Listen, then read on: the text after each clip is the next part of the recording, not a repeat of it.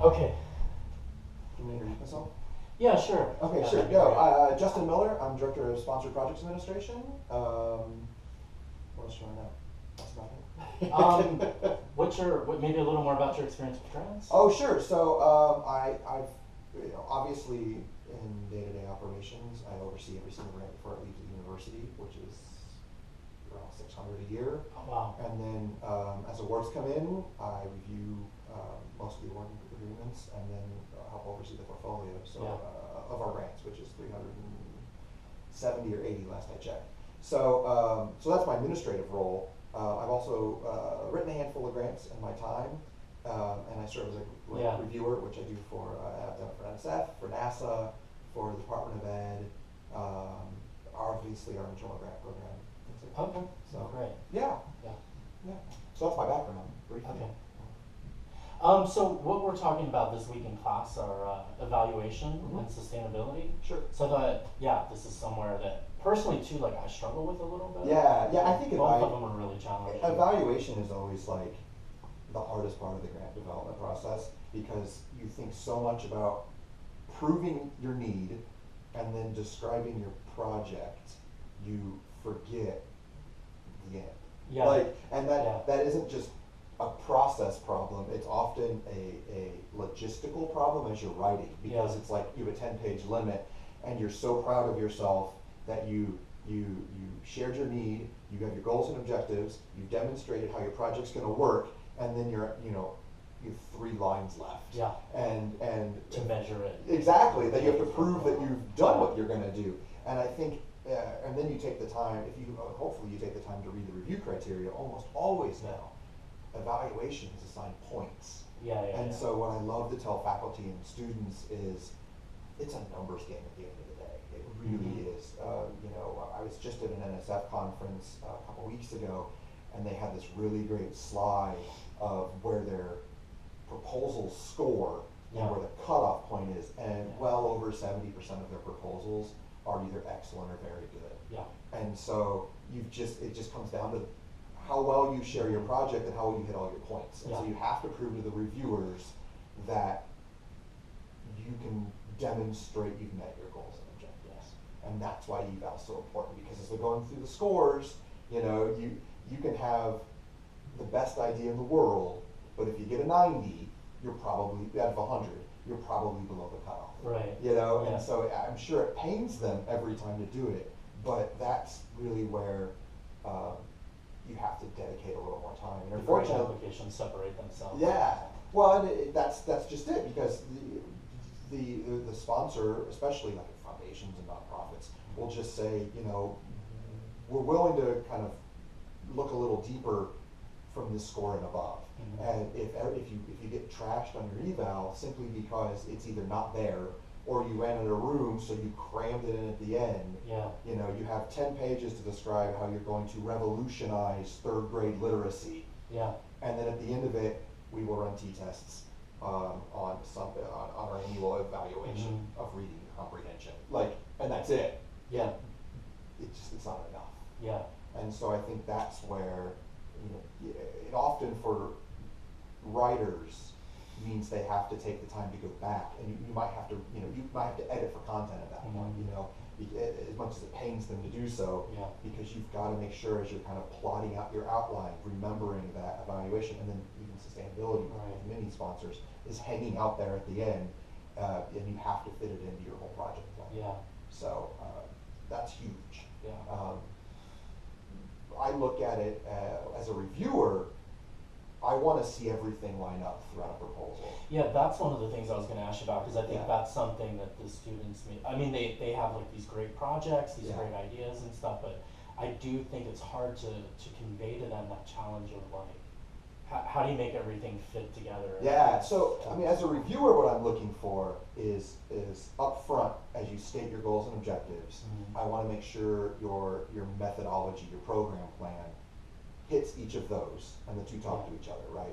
Every once in a while, you as you're typing out your project plan, you get really excited about something you just thought of, and then you forget to go back and put it in, or if you don't double check, you're so excited about your first 2 goals, you forgot your 3rd. And then I take those holistically, and I want to make sure each of them is addressed in your evaluation plan and reflected in your budget. Yeah. Because you never know, every once in a while, you might have a really great goal, you describe it well, but it's missing from one of those other pieces. Yeah. So I'm always looking back because I want to see everything interconnect, right? And sometimes you can do that, again, depending on your guidelines, you can do that incredibly specifically. Yeah. Like you can break down your evaluation as a table, and goal 1, objective 1, this is what we're going to do, this is how we're going to do it. Goal 1, objective 2. Sometimes you have to be a little more, integrate it more into your narrative. It's just, every project's so specific, but you want to make sure you take the time that you go back and look and say, well, these were my objectives, how do I prove that I've met every single one of them? Yeah, exactly. Yeah, and one of the things the book talks a little bit about is, I think they use the terminology process evaluation or process, and then outcome evaluation. Yeah. I always use the term formative and summative. Yeah, and I think it's funny because I think you can do a process evaluation as a formative evaluation or a summative evaluation. Oh, that's a good point. So if you look at them, so formative is kind of as you can do it as you're going, because that's your chance, especially if you have a brand new program, to go back and take a quick look, right, as you're going. I think a process evaluation can fall under that. Like if you're doing like a Meals on Wheels delivery, that's a process evaluation, but you probably want to be doing it throughout your project. Are we getting the meals the right way? Are we delivering them in the most expedient time? Is this working, or do we need to Exactly, and then you can do it again, summative, which is your end evaluation. The outcomes evaluation is very much a summative, in-game, did we do what we're going to do? Sort of, did we meet what we're going to meet, sort of thing. And then, of course, there's impact on top of all of that. And so they're so project specific, but knowing when you want to do it. So again, knowing your methodology, knowing your objectives, how often do you feel you need to check into the project and see how things are moving along is huge. And then knowing the tool to make that happen, whether it's sometimes it's a survey, sometimes it's a test, sometimes it's a simple discussion. It really just depends. Focus groups. Yeah, exactly. And the process ones, I was thinking of Meals on Wheels because I had a student once write a grant for a class to improve that process because they were using really bad materials to put the food in, and so by the time they hit the end of the line, it was cold, and then nobody wanted to eat it. So this was this was the recipient's one real chance at a full, nutritious, healthy meal, and they look at the cold, whatever it is, and so they started, so he proposed a different type of material. He demonstrated need. And so it was one of those. Well, how do we figure out what the process is? The drivers. These volunteers who bring the food are the best person to tell you, as the administrator of the program, how it's do these transport okay? Do they? And then what do they look like at the end of the day? Because he had changed the type of material they were putting the food at, and then he had proposed buying like the heat bags you eat pizzas in. Those. Simple thought. But it was profound effect. But then as we were discussing the evaluation part, he's like, well, how do I prove? Like, do I take room temperatures of the meals as I deliver them? I was like, well, no. Who does that work? You can ask the people themselves, the recipients, obviously. But your drivers are your conduit between the administration and the company, the nonprofit, and the end user. And so that was just one of those, that makes total sense. And so that was our process evaluation. And then at the end, you can survey all of your recipients, you can survey the drivers, you can survey the meal packer, the whole process. And some of the narrative can help explain why you chose which evaluation method. Exactly. And that's where you can go and say, our drivers are the ones who are making this meal every day. We're gonna survey them, or we're gonna do a focus group with them and ask about the process. If it was harder for them to do the work.